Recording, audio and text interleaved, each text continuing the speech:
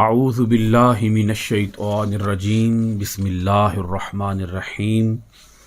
معزز خواتین و حضرات، عزیز طلبہ و طالبات،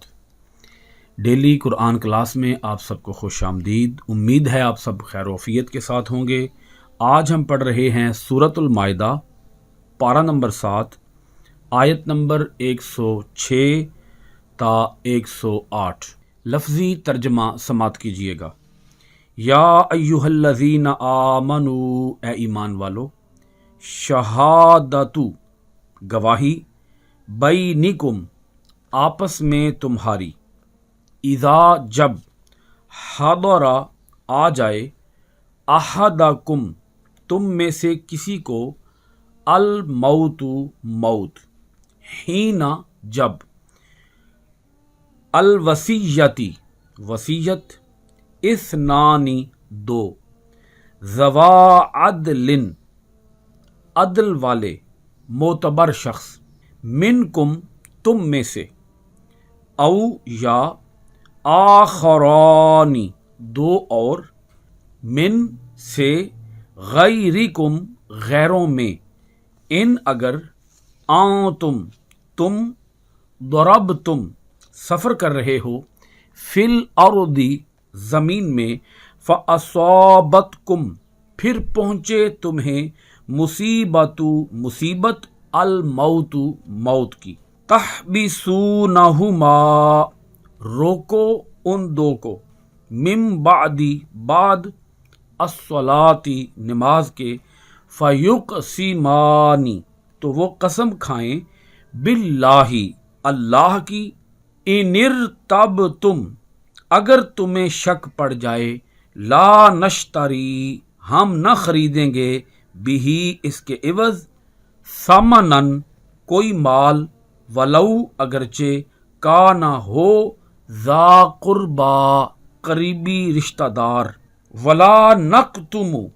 اور ہم نہیں چھپائیں گے، شہادت گواہی، اللہ کی، انا یقیناً ہم، اذن اس وقت، لمن الآثمین گنہگاروں میں۔ معزز سامعین کرام، گزشتہ آیات کے ساتھ اس آیت مبارکہ کا ربط آیات یہ ہے، اللہ رب العالمین نے گزشتہ آیات کے اندر مشرکین اور کفار کے اس طرز عمل کو ناپسند قرار دیا۔ بحیرہ، سائبہ، وسیلہ، حام، اس طرح کے جانوروں کی انہوں نے خود اپنی مرضی سے حرام کر رکھا ہے۔ اللہ تعالیٰ نے ان کے حرام ہونے کا کوئی حکم نازل نہیں فرمایا۔ اللہ پاک نے اہل ایمان کو کافروں اور مشرکوں کے گمراہ رہنے پر، گمراہی پر اصرار کرنے پر مضطرب ہونے سے بچایا، اور فرمایا کہ تم اطمینان رکھو، کیونکہ تم نے اپنی ذمہ داری ادا کر دی ہے، انہیں واضح و نصیحت کر کے اور ان تک اللہ کے احکام پہنچا کے۔ ان 3 آیتوں کے اندر جو کہ آج کی کلاس میں ہم پڑھ رہے ہیں، ان 3 آیتوں کا جو شان نزول ہے وہ پچھلی کلاس میں آپ سن آئے ہیں۔ اس وقت میں صرف ان آیتوں کا معنی، تفسیر آپ کی خدمت میں رکھ رہا ہوں۔ اللہ پاک نے اہل ایمان کو مخاطب کرتے ہوئے ارشاد فرمایا، یا ایہا الذین آمنوا شہادت بینکم اذا حضر احدکم الموت حین الوصیۃ اثنان ذوا عدل منکم او آخران من غیرکم۔ اللہ پاک ارشاد فرماتا ہے، اے ایمان والو، آپس میں تمہاری گواہی، جب آ جائے کسی کو تم میں سے موت، وصیت کرتے وقت یہ ہے کہ 2 معتبر شخص تم میں سے ہوں یا 2 اور غیروں میں سے۔ یہاں پر اللہ پاک نے وصیت کرنے کا طریقہ بتایا، اور اس وصیت کے اوپر گواہ بنانے کا اللہ پاک نے طریقہ بتایا، اور یہ بطور خاص اس وقت کی بات ہو رہی ہے کہ جب کوئی آدمی حالت سفر میں ہو اور اسے لگے کہ میرے اوپر موت آنے والی ہے، تو وصیت کرے 2 لوگوں کو۔ اور اللہ پاک نے یہاں قید ذکر کر دی کہ 2 لوگ کون سے ہونے چاہیے، فرمایا دونوں عادل ہونے چاہیے،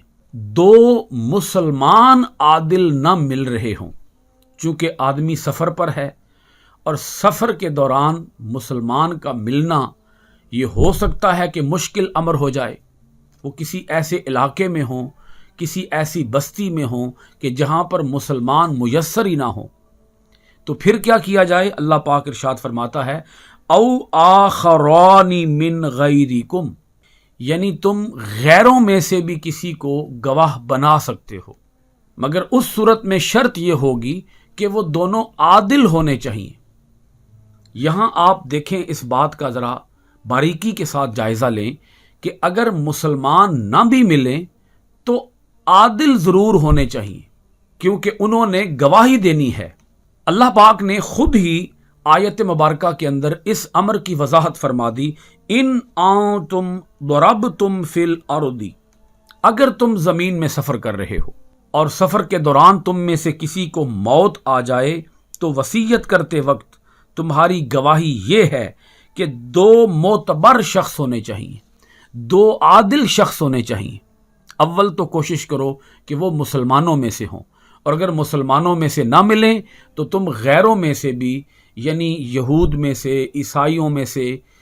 اہل کتاب میں سے تم کسی کو اپنا گواہ مقرر کر سکتے ہو، انہیں وصیت کر سکتے ہو۔ اب اس کے بعد اللہ پاک نے آگے ارشاد فرمایا فَأَصَابَتْكُمْ مُصِيبَةُ الْمَوْتِ، پھر پہنچے تمہیں موت کی مصیبت،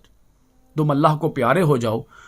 تو اللہ پاک نے آگے ارشاد فرمایا تَحْبِسُونَهُمَا مِن بَعْدِ الصَّلَاةِ فَيُقْسِمَانِ بِاللَّهِ۔ اب اس بات کو ذرا غور سے سمجھیے گا۔ اب یہاں تَحْبِسُونَهُمَا کے اندر جو حکم ہے وہ حکم دیا جا رہا ہے اس میت کے لواحقین کو، اس میت کے قریبی رشتہ داروں کو،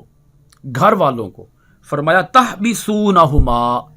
تم روکو ان دو کو، یعنی اس فوت ہو جانے والے شخص نے جن دو کو گواہ بنایا تھا، جن دو کو وصیت کی تھی، تحبسونہما، تم ان دونوں کو روکو۔ تم سے مراد اہل خانہ، اس کے بیٹے، اس کی بیوی، اس کے اہل و عیال، تم ان دو کو روکو، ان دو گواہوں کو تم روکو۔ من بعد الصلاۃ، کب روکو؟ نماز کے بعد۔ یہاں نماز عصر مراد ہے اس سے، کیونکہ اہل کتاب کے ہاں عصر کی نماز کے بعد کا جو وقت ہوتا تھا وہ انتہائی اہم ہوتا تھا، مقدس ہوتا تھا۔ اس وقت کے دوران وہ جھوٹ بالکل نہیں بولتے تھے، تو اللہ پاک نے اس لیے اس کا ذکر کیا۔ اگر اس سے ہٹ کے آج کے اس ماحول کے تناظر میں دیکھا جائے تو آپ اس کا مطلب یہ بھی لے سکتے ہیں، عام طور پر نماز کے بعد مجمع عام ہوتا ہے، لوگوں کا ایک کثیر ہجوم ہوتا ہے، تو اللہ پاک یہ بات واضح کر رہا ہے کہ جب یہ گواہی لی جائے تو ان دونوں سے گواہی لی جائے ہجوم کے اندر، مسجد کے اندر گواہی لی جائے اور ہجوم کے اندر گواہی لی جائے، تاکہ وہ صحیح گواہی دیں، اور ایک ہجوم کے سامنے، مجمع عام کے سامنے، پبلک کے سامنے، عوام الناس کے سامنے اور خانہ خدا کے اندر وہ جھوٹی گواہی دینے سے ڈریں گے۔ یعنی اگرچہ وہ مسلمان نہ بھی ہوں تب بھی وہ ڈریں گے اس بات سے کہ ہم لوگوں کے سامنے گواہی دے رہے ہیں، ہم ایک مقدس گھر کے سامنے کھڑے ہو کر گواہی دے رہے ہیں۔ تو اللہ پاک نے ارشاد فرمایا فَيُقْسِمَانِ بِاللَّهِ، پھر وہ دونوں اللہ کی قسم اٹھائیں۔ یہاں یہ بات بھی انتہائی توجہ کے لائق ہے کہ اللہ پاک نے ارشاد فرمایا وہ اللہ کی قسم اٹھائیں۔ آپ غور فرمائیں کہ گواہی ہو رہی ہے، گواہی، اور یہ گواہی انسانی معاملات کے متعلق ہے، معاشرتی زندگی کے متعلق ہے،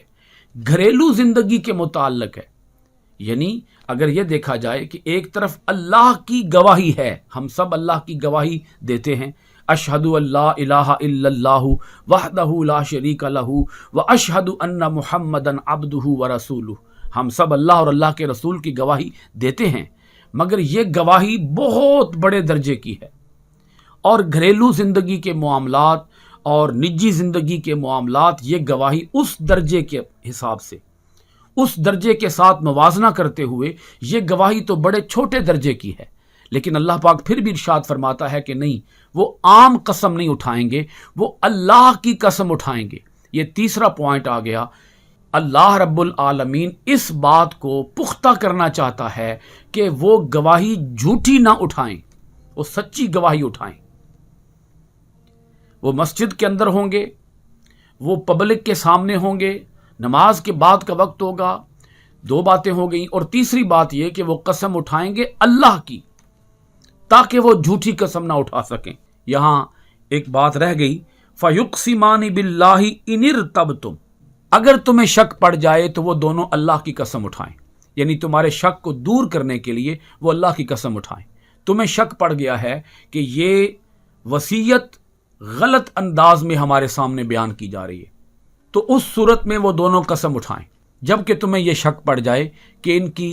وصیت کے الفاظ درست نہیں ہیں، یہ وصیت کے اندر کوئی کمی بیشی کر رہے ہیں، پھر فرمایا وہ قسم کن الفاظ کے ساتھ کھائیں گے؟ ان ارتبتم لا نشتری به ثمنا ولو کان ذا قربا ولا نکتم شہادت اللہ، کہ ہم نہ خریدیں گے اس قسم کے عوض کوئی مال۔ یعنی ہو سکتا ہے کہ یہ دونوں جو گواہ ہیں، یہ اس میت کے رشتہ داروں کے جو ادر رشتہ دار ہیں، دیگر رشتہ دار ہیں، ان رشتہ داروں کے ساتھ مل کر، ان رشتہ داروں کا جو انتہائی قریبی رشتہ دار ہیں، ان کا وہ کوئی نقصان نہ کریں۔ یعنی ان رشتہ داروں سے انہوں نے کوئی مال پکڑ لیا ہے، کوئی رشوت لے لی ہے، اور ان رشتہ داروں کا وہ نقصان کر رہے ہیں، اور نقصان کر کے وہ ان رشتہ داروں سے مال لے رہے ہیں، اور وصیت ان کے بارے میں کی گئی، مگر وہ وصیت ان کے بارے میں کرنے کی بجائے وہ وصیت ان کے بارے میں کر رہے ہیں۔ آپ بات کو سمجھ گئے ہوں گے۔ اللہ پاک ارشاد فرماتا ہے کہ وہ قسم کے اندر یہ لفظ کہیں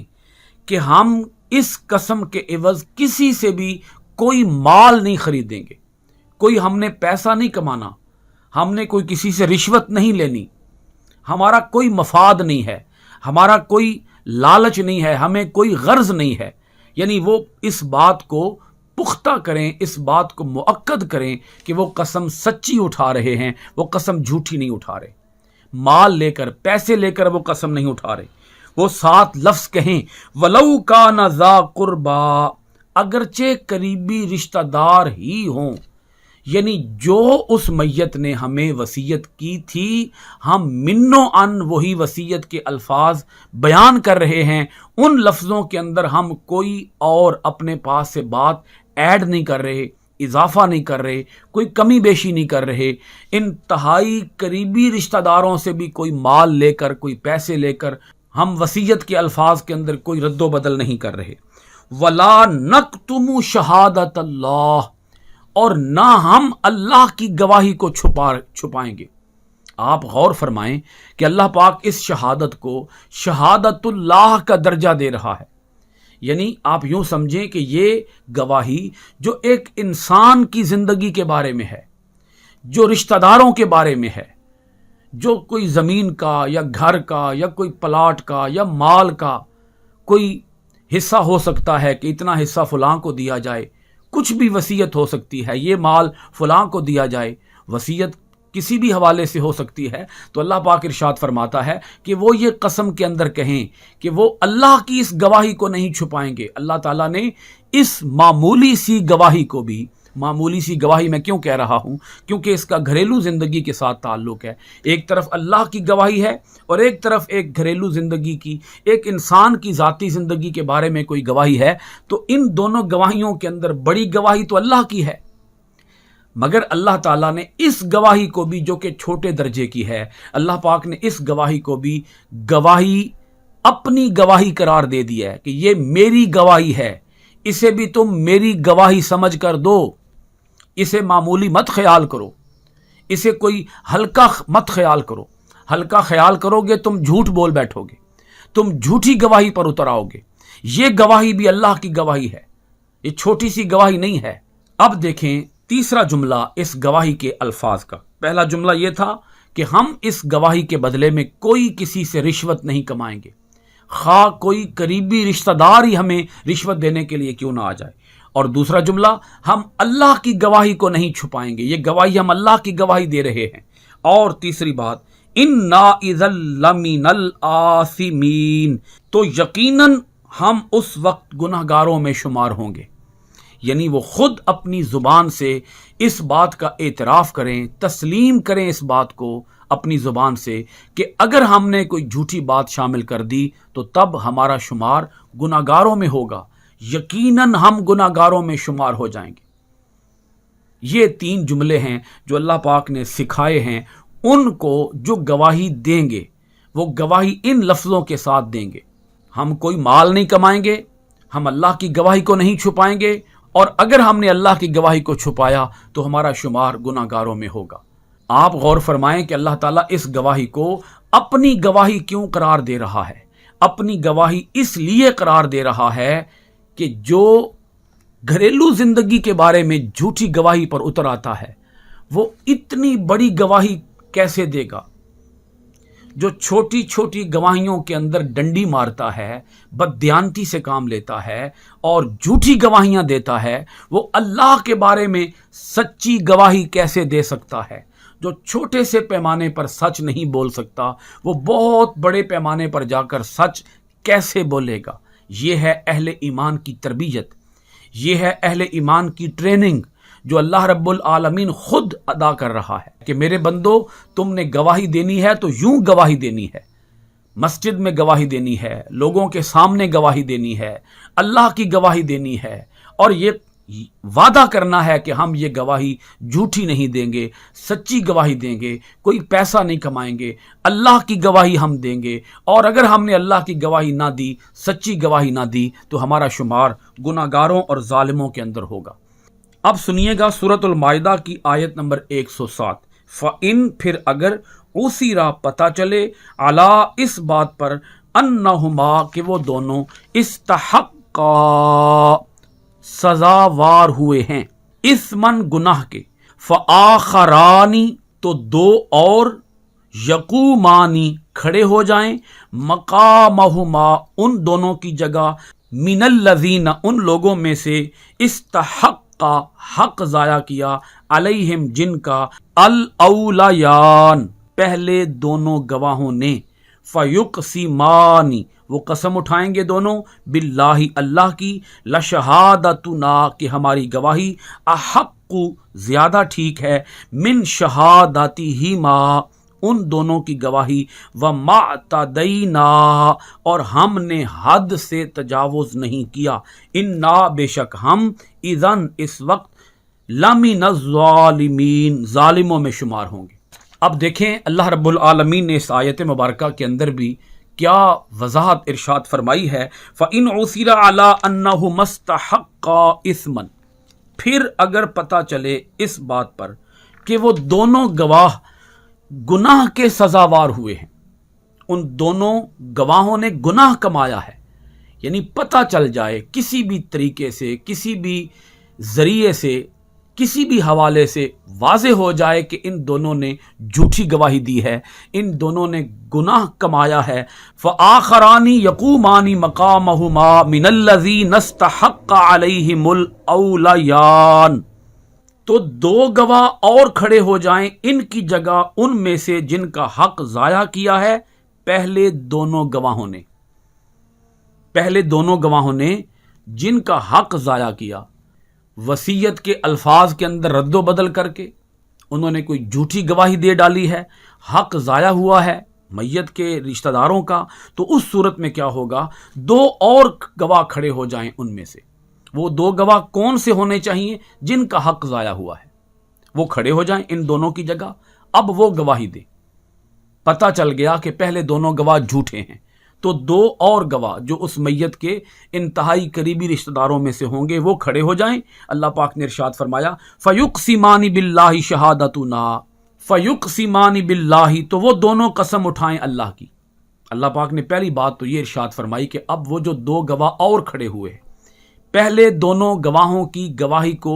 جھوٹا ثابت کرنے کے لیے جو 2 گواہ اور کھڑے ہوئے ہیں، وہ دونوں گواہ، پہلی بات تو یہ ہے کہ وہ اللہ کی قسم اٹھائیں، اور پھر وہ یہ الفاظ کہیں۔ الفاظ ان کے کیا ہوں گے؟ لَشَهَادَتُنَا أَحَقُّ مِنْ شَهَادَتِهِمَا، پہلا لفظ وہ یہ کہیں، پہلا جملہ وہ یہ کہیں کہ ہماری گواہی ان دونوں کی گواہی سے زیادہ صحیح ہے، زیادہ سچ پر مبنی ہے، زیادہ درست گواہی ہے ہماری۔ وَمَا اعْتَدَيْنَا، اور دوسرا جملہ وہ یہ بولیں گے اور ہم نے حد سے تجاوز نہیں کیا۔ اِنَّا اِذًا لَمِنَ الظَّالِمِينَ، بے شک ہم اس وقت ظالموں میں شمار ہوں گے۔ یعنی اگر ہماری یہ گواہی جھوٹی گواہی ہوئی تو ہم ظالموں میں شمار ہوں گے۔ آیت نمبر 108 دیکھیے گا، ذالک ادنا، یہ زیادہ قریب ہے، ان کے یا تو دیا کریں بالشہادتی گواہی علی وجہہا، جیسا کہ چاہیے، او یا یخافو، خوف کریں، ان تردہ، کہ لوٹائی جائے گی، ایمان قسمیں، بعد ایمانہم، ان کی قسموں کے بعد۔ واتقوا اللہ، اللہ سے ڈرتے رہو، واسمعوا، اور سنو، واللہ لا یہدی القوم الفاسقین، اللہ تعالیٰ فاسق قوم کو، نافرمان قوم کو اللہ تعالیٰ ہدایت نہیں دیتا۔ معزز سامعین کرام، اس آیت مبارکہ کے اندر اللہ پاک نے یہ بات واضح فرما دی کہ یہ جو لوگ گواہی دے رہے ہیں، جو دو اور لوگ اٹھے پہلی دونوں گواہیوں کو جھوٹا ثابت کرنے کے لیے، جو دو اور لوگ گواہی دینے کے لیے کھڑے ہوئے ہیں، یہ طریقہ اللہ پاک ارشاد فرماتا ہے زیادہ اس بات کے قریب ہے۔ زیادہ قریب کا بھی یہاں مطلب یہ بن رہا ہے کہ جو دو اور گواہ آ رہے ہیں، ان دونوں گواہوں کو زیادہ احتیاط سے کام لینا ہوگا۔ ان دونوں گواہوں کی گواہی پہلے دونوں گواہوں کی گواہی سے بھی زیادہ عدل پر مبنی ہونی چاہیے، انصاف پر مبنی، حق پر مبنی، سچائی پر مبنی، کیونکہ یہ دونوں گواہ گواہی دے کیوں رہے ہیں؟ پہلے دونوں گواہوں کی گواہی کو جھوٹا ثابت کرنے کے لیے۔ اللہ پاک ارشاد فرماتا ہے وہ زیادہ احتیاط سے کام لیں کہ کہیں ان سے کوئی غلطی نہ ہو جائے، ان سے کہیں کوئی جھوٹی بات صادر نہ ہو جائے۔ انہیں زیادہ احتیاط سے کام لینا چاہیے۔ ذالک ادنا، یہ بات، یہ امر اس کے زیادہ قریب ہے کہ وہ گواہی دیں ایسے جیسے کہ گواہی دی جانی چاہیے۔ ان یاتوا بالشہادۃ علی وجہہا، انہیں گواہی دینی چاہیے، وہ گواہی دیا کریں، گواہی ایسے جیسا کہ گواہی چاہیے، جیسا کہ گواہی ہونی چاہیے، ایسی وہ گواہی دیں۔ اس گواہی کے اندر جو دوسری بار گواہی دی جا رہی ہے، ایک ذرے کے برابر بھی جھوٹ کی، کسی فضول بات کی، کسی لغو بات کی، کسی غلط اور ناجائز بات کی ہلکی سی بھی آمیزش نہیں ہونی چاہیے، ملاوٹ نہیں ہونی چاہیے۔ او یخافو، یا وہ ڈریں، ان نرد ایمان بعد ایمانہم، کہ لوٹائی جائیں گی قسمیں ان کی قسموں کے بعد۔ بڑی اہم بات ہے یہ۔ اللہ پاک ارشاد فرماتا ہے وہ دو گواہ جو پہلے دونوں گواہوں کی گواہی کو غلط اور جھوٹا ثابت کرنے کے لیے کھڑے ہوئے ہیں، وہ دونوں گواہ اس بات سے ڈریں اس بات سے کہ ان کی گواہی کی وجہ سے پہلے دونوں گواہوں کی گواہی منسوخ ہو جائے گی، کل عدم ہو جائے گی، کینسل ہو جائے گی، ان دونوں کی گواہی ریجیکٹ ہو جائے گی، ان کی گواہی کی کوئی حیثیت نہیں رہے گی۔ اور یہ دونوں گواہ جو گواہی دیں گے، یہ اپنی گواہی سے پہلے دونوں گواہوں کو جھوٹا ثابت کریں گے۔ ڈریں اس بات سے کہ کہیں دو سچے لوگوں کی طرف تم جھوٹ منسوب نہ کر دو۔ یہ کتنا بڑا جرم ہوگا اور یہ کتنا بڑا گناہ عظیم ہوگا کہ تمہاری گواہی نے دو گواہوں کو، دو لوگوں کو جھوٹا ثابت کر دیا ہے، لوگ ان کو پھر جھوٹا سمجھیں گے۔ اللہ پاک پھر ارشاد فرماتا ہے ڈرتے رہو اللہ سے۔ اس میں پھر تاکید آ گئی، تکرار آ گیا، اللہ پاک نے اپنی بات کو دہرایا، پہلے بھی فرمایا یخافو، پھر آگے فرمایا واتقوا اللہ، اور اللہ سے ڈرتے رہو، واسمعوا، اور سنو، یہ بڑا زوردار انداز ہے، سنو، واللہ لا یہدی القوم الفاسقین، اللہ تعالی فاسق قوم کو ہدایت نہیں دیتا، نافرمان قوم کو اللہ تعالیٰ کبھی بھی راہ ہدایت عطا ہی نہیں فرماتا۔ یہ ہے اس جرم کی سزا کہ اگر تم سے یہ جرم سرزد ہو گیا کہ تم نے پہلے دونوں گواہوں کی گواہی کے سچا ہونے کے باوجود اگر تم دو اور لوگوں نے جو ان کو جھوٹا ثابت کرنے کے لیے گواہی دی، اور اگر تمہاری گواہی جھوٹی ہوئی اور ان کی گواہی سچی ہوئی، تو اللہ کے دربار میں پھر تم مجرم قرار پاؤ گے اور تم فاسق اور نافرمان بنا دیے جاؤ گے، اور اللہ تعالیٰ تم سے نعمت ہدایت ہی چھین لے گا، تمہیں نعمت ہدایت سے محروم کر دے گا۔ یہ ہے اس گناہ کی سزا۔ آپ غور فرمائیں کہ اللہ پاک نے کتنی سخت تاکید بیان فرمائی ہے، پابندی بیان فرمائی ہے دونوں گواہوں کو، یعنی جو فرسٹ ٹائم گواہی ہوئی ان گواہوں کو بھی، اور جو سیکنڈ ٹائم گواہی ہوئی ان گواہوں کو بھی۔ اللہ تعالیٰ نے ان چاروں گواہوں کو پابند کیا ہے کہ تمہاری گواہی کسی بھی اعتبار سے جھوٹی نہیں ہونی چاہیے،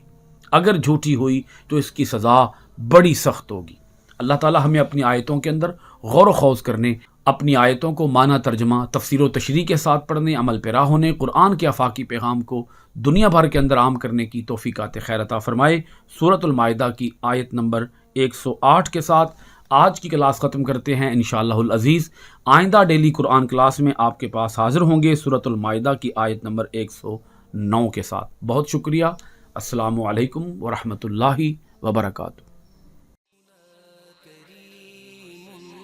صلی اللہ علیہ وسلم سیدنا کریم صلی اللہ علیہ وسلم سیدنا کریم صلی اللہ